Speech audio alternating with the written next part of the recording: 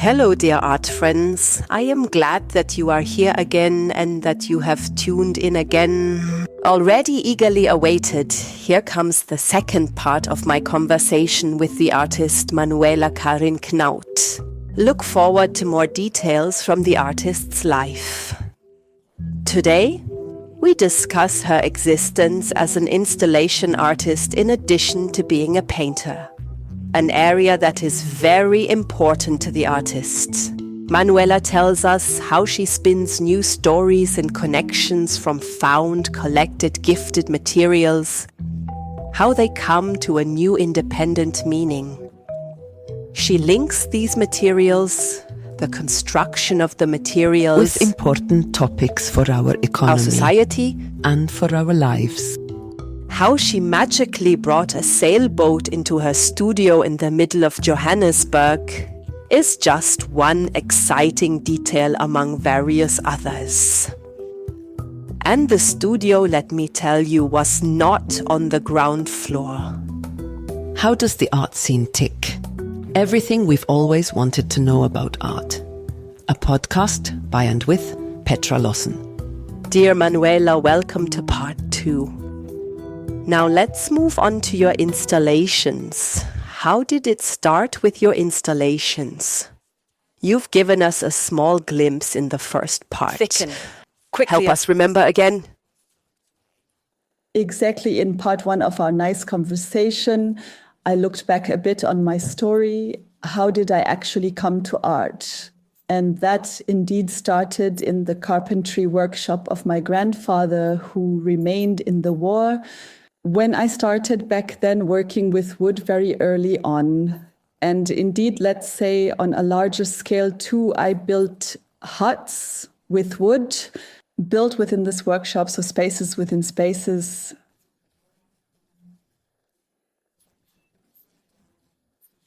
I worked with materials, including building materials. And then at some point in school, also through my teacher at the time in upper school, I realized that this type of artistic activity indeed has its justification or relevance, which I hadn't understood until then. It only became clear to me somehow later on. And your materials, did you stick with wood? How that changes or develops.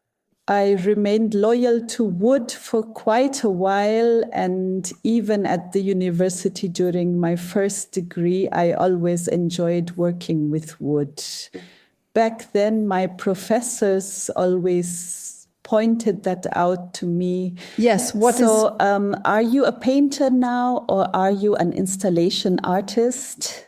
And these decisions, which are totally obsolete in art studies today, that you had to position yourself so clearly, that was still somehow of great relevance back in the early 1990s.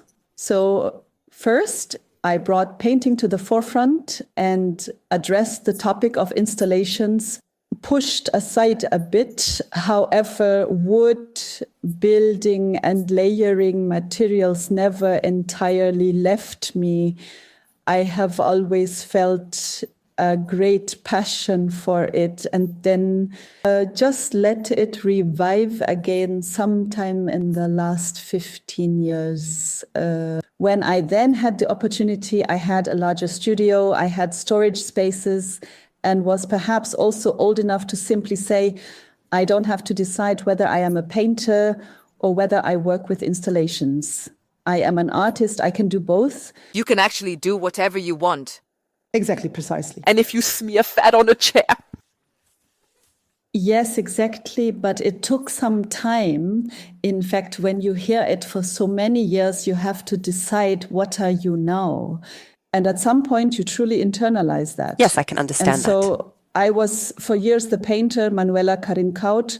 But inside me, there was always the desire to revive this building, this handling of materials in a three-dimensional sense. And that's what I eventually did, quite officially and university guided, so to speak, also done in my second degree in my graduation. For the Master of Fine Arts, I very consciously chose that with a focus on installation art. What was the work? throughout my entire time at university, and even before that, I was heavily involved with the topic of memory and archives. Memory and archive.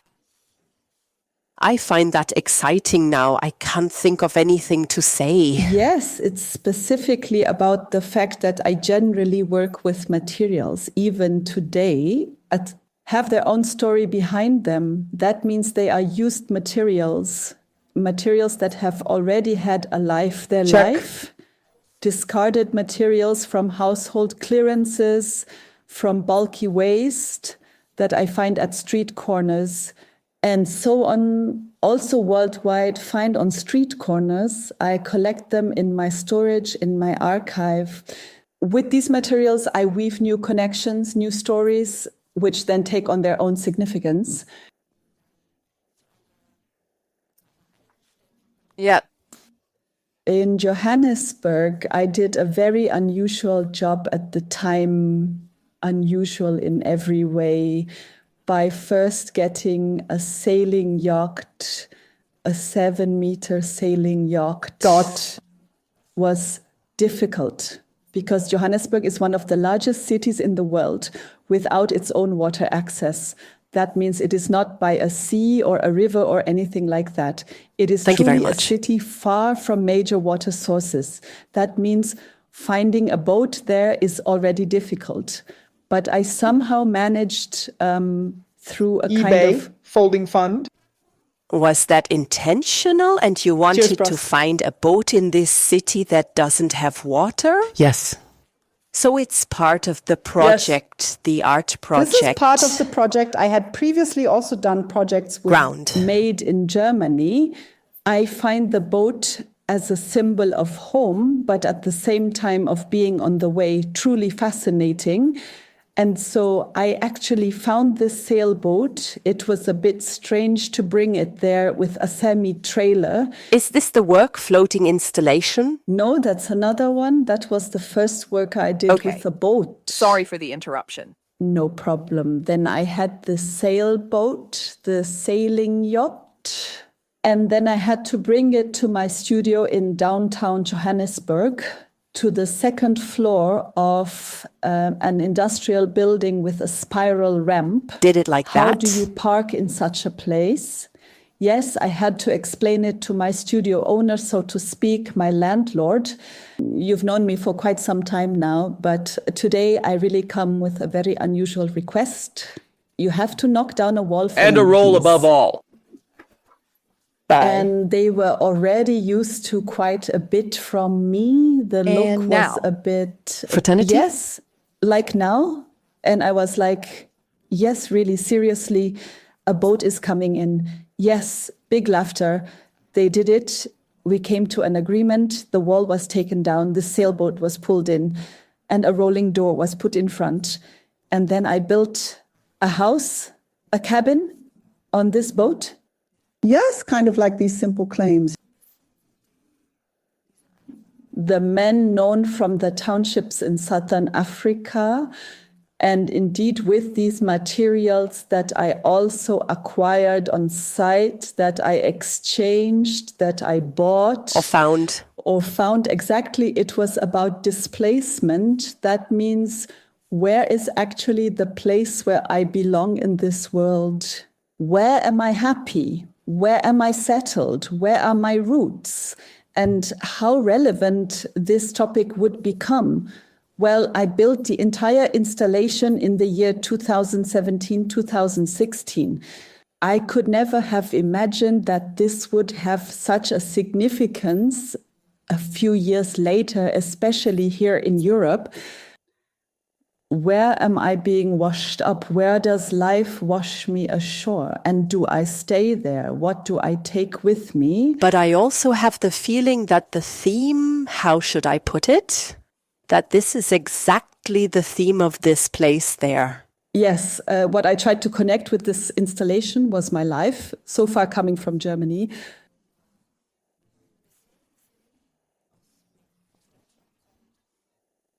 And now this new being washed ashore in this new environment in South Africa to connect with each other, that means in this hut which I built there, there were many memorabilia that I had already brought from Germany, and then many things that came to me in my active time as an artist. Johannesburg, more or less. Yes, they fell at their feet. And this combination of I both. found it eerie. Yes, exciting, explosive, as I call it.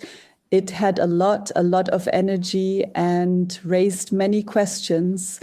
Then combined with a video installation in the basement. In the sleeping section. This sailing yacht it was a great work. I found it occupied me for a very long time. I even wrote a publication on it back then. And even today, it is truly one of my very crucial milestones. The installation that I did I have until then. For you too. Is it also a bit that in your works, the travels you undertake and the discomforts you expose yourself to, is that also a bit of processing for you? Your works then? Your creations? Yes, definitely, because the trips I take are not about just dismissing the best photos from, I don't know, Japan, Australia, or Ghana with a phone folder, so to speak. It's more than that. I also often work at the places I travel to, and I don't necessarily move around only as a tourist, but often seek out colleagues and really try to immerse myself. And this immersion is always connected to materials for me. I need to have them in my hands. I also have to take something with me afterward. And you can see it directly here in my studio. These many different materials from the very, very different countries. For me, that is directly connected to singing. Yes, there is a work called Nostalgia Homesickness. We see a table there and a nostalgic typewriter on it. We see a few crumpled sheets lying on the floor. Some are still clamped, some fall down. And I see a headphone on the back wall. I assume that's part of the installation. What kind of work is this? Yes, Thank you very much. That's exciting Thank that you very you much. mention it. That was a few years I had ago. that I myself. wasn't really aware of it anymore. I applied for a biennale in Cachan, France back then. And it's actually about love letters. Oh, how lovely. For imaginary love letters and about homesickness. So these letters never actually existed. I have also, in this installation, used envelopes that I got from flea markets or old envelopes I have from family possessions. But the contents of the letters I actually invented. And what you could then hear on these headphones was a sound installation that I created for it. So those were voices of people who, I believe back then they read love poems or love letters to each other in German and French. So you could hear the typewriter clattering, and then, so to speak, it was narrated what was being typed. My dearest, Introbeil. da. Great. And that was, yes, I also found that very, very romantic because the machine itself didn't move. It stood statically on this little table. But as soon as you put on the headphones, you could really travel back in your thoughts to the first love letters you might have written yourself or read it. That is also, yes, it's about memory again, just like in my other works, and also about archiving one's own and cultural memory. Is there a work, an installation that you love more than others? Or can you say it like that, love? Yes, maybe favorite is the wrong word in this context. I wouldn't put it that way. But there is one, aside from the big one we just talked about, there is an installation that I think is very, very important in my work. I have been repeatedly told this from outside as well. These are the old ladies. The old ladies? Yes, now it's getting exciting because I'm going to describe something now. What you can't see Exactly. while we're talking here, you know those grandma fabric lampshades, a bit wavy with a wooden Oh, base. yes. They can be really great and just as terrible. And dust full of Exactly, dust they catch somehow a connect them disgusting all, stench. right? Or not. They also often smell like cigars, exactly, Yes. but we all somehow know them. They are, of course, now dying out, so my daughters know them from me, but otherwise they are no longer in the living rooms of grandmas and grandpas today. In my time, that was the classic, the grandma lamp. Shortly after my grandmother passed away back then, that was really still that war generation, born in 1913.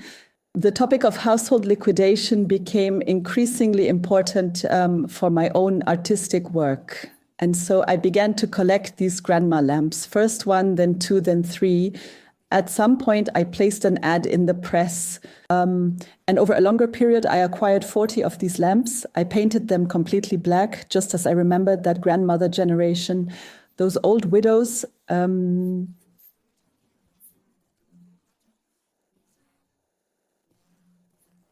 We're colorless, right? Yes, but the color photographer has that up here too. Triggered, I believe. Exactly. The photography as well. But I also saw my grandmother. We just talked about pink. So she never wore anything That's pink. true. It was always more like black, gray, subdued colors. And for me, that was so, the idea was to uniform these grandma lamps so that as different as they are, they still stand there like a mass. And then I went to a retirement home. Here in our city, I conducted interviews over an extended period with women in the dementia ward. Oh, I just got goosebumps. Yes, that was very, very exhausting and very moving, the work back then. I remember the total exhaustion when I finished the interviews, the really complete physical and mental exhaustion. I then, of course, heard. away. I also did other projects in this retirement home, and I already had a good connection. So I asked who would like to collaborate on this artwork.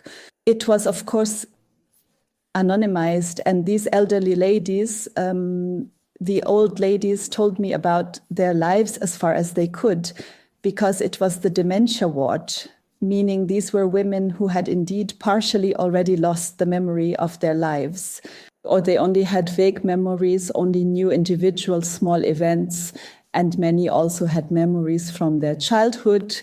When there wasn't much memory left, I simply asked them about their parents or their childhood, about poems from their childhood, or maybe a lullaby that their Yes, mother I can sang do that to them. too. And that was still the case for most of them. And I recorded all of this over many days and then put it on a 24-hour loop for these 40 lamps with 40 speakers hidden under the shades, had it programmed. That means you entered a room that was very, very dark with dim light from these old lady lamps. And stories were told from these lampshades. You did not see the speakers. Simultaneously or nicely, one Yes, after the other. at the same time.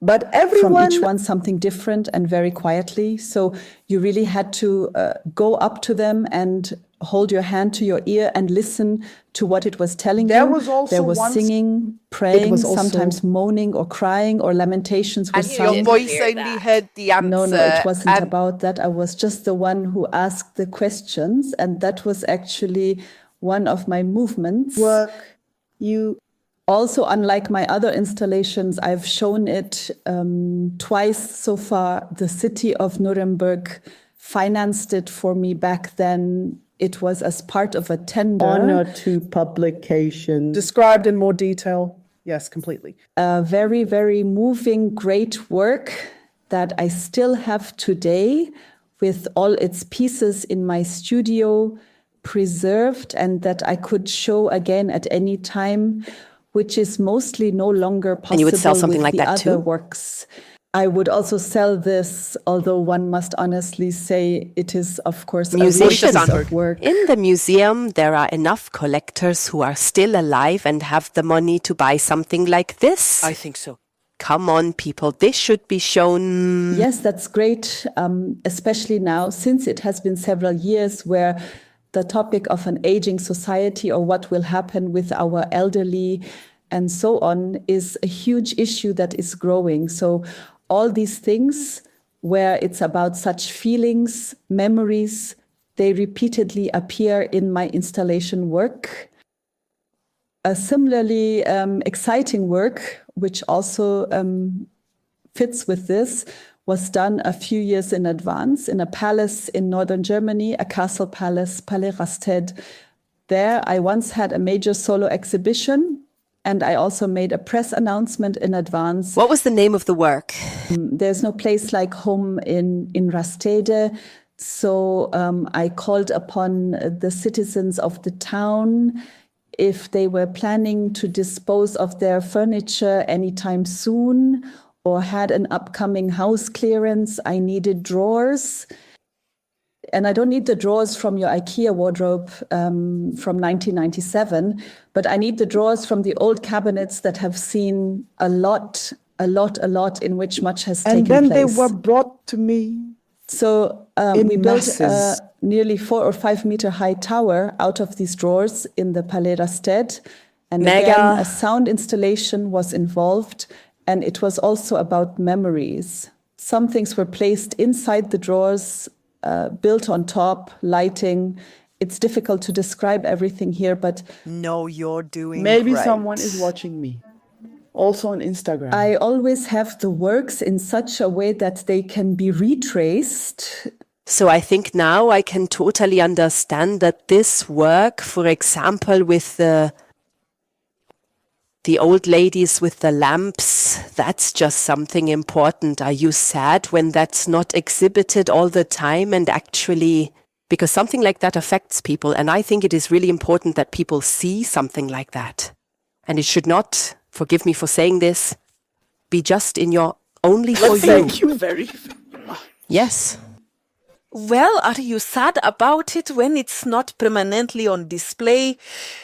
Thank you very much. And can do their work, let's put it that I way. know what you mean. Sad is the wrong term for it. For me, these installation works are a very, very important aspect of my artistic work, because if one only sees my paintings, one might think Looks fast.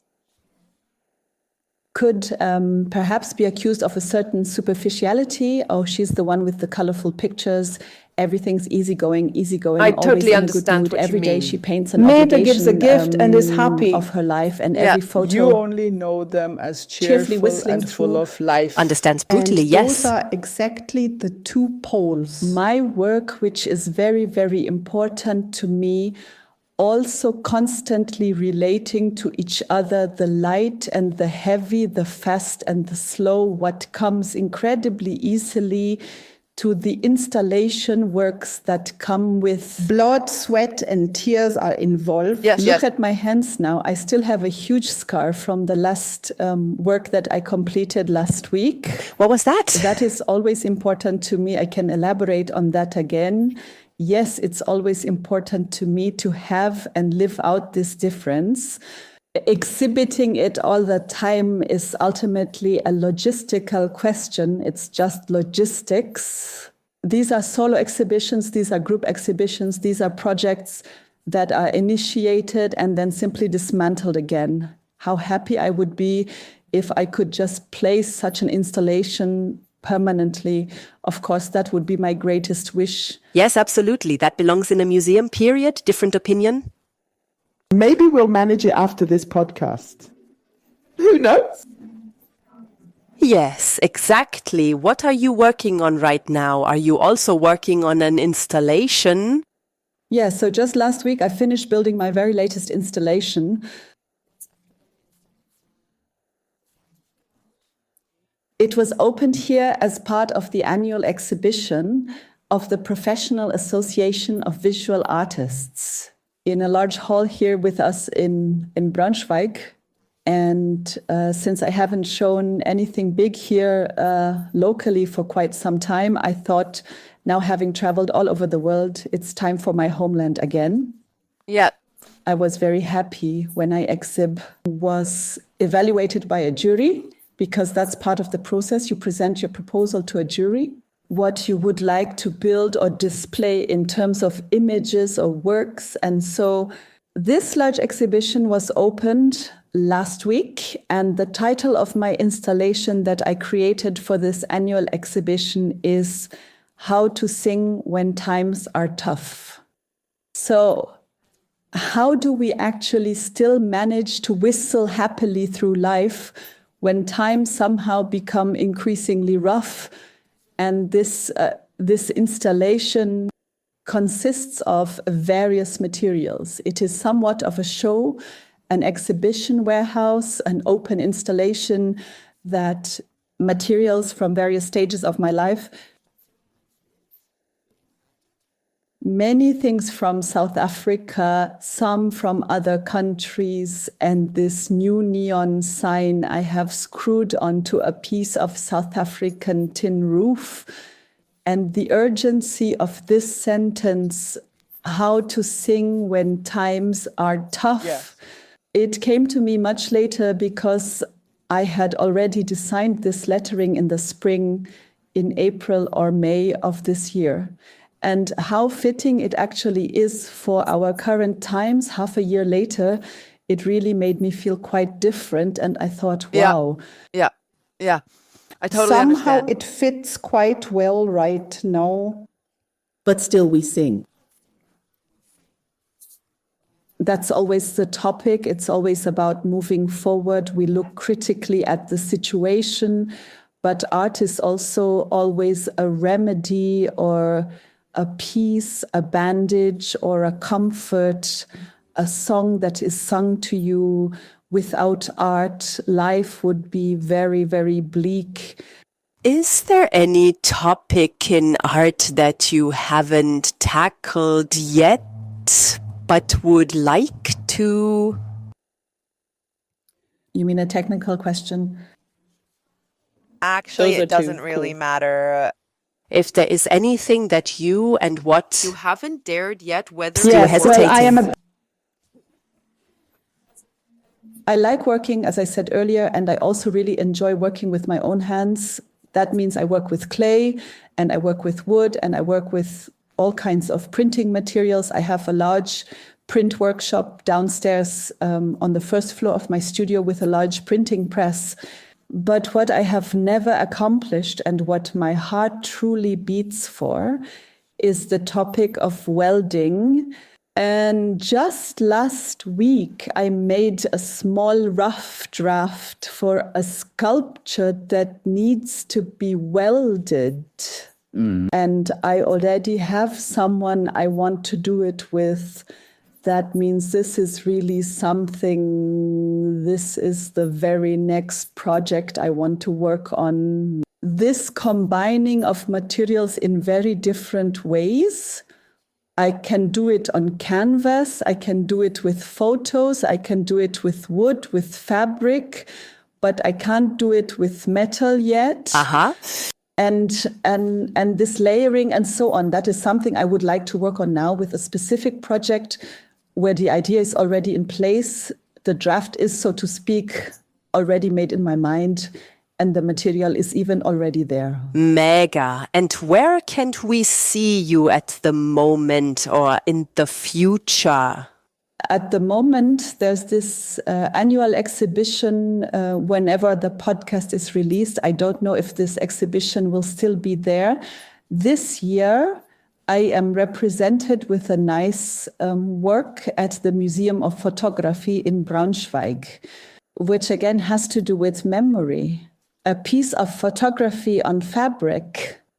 I am at the fair in Hamburg in November at the Affordable Art Fair, and I have a large solo presentation next year in spring or in February in Brussels with my gallery in Belgium, and I am already working towards it. There is quite a bit to do for such a large exhibition booth?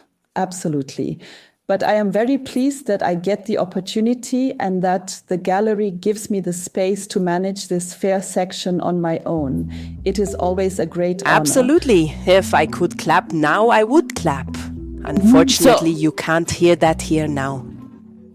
Dear Manuela, wow, this turned out to be a really, really great conversation. I am truly very, very happy that we came together for this conversation. For our listeners, I thank you very, very much, Petra. We really went from one topic to another. Yes, I look forward to feedback. I am very curious. Yes, me too. Great. Thank you very much. Thank you too. Thanks. Bye. What makes the art scene tick? Everything we've always wanted to know about art.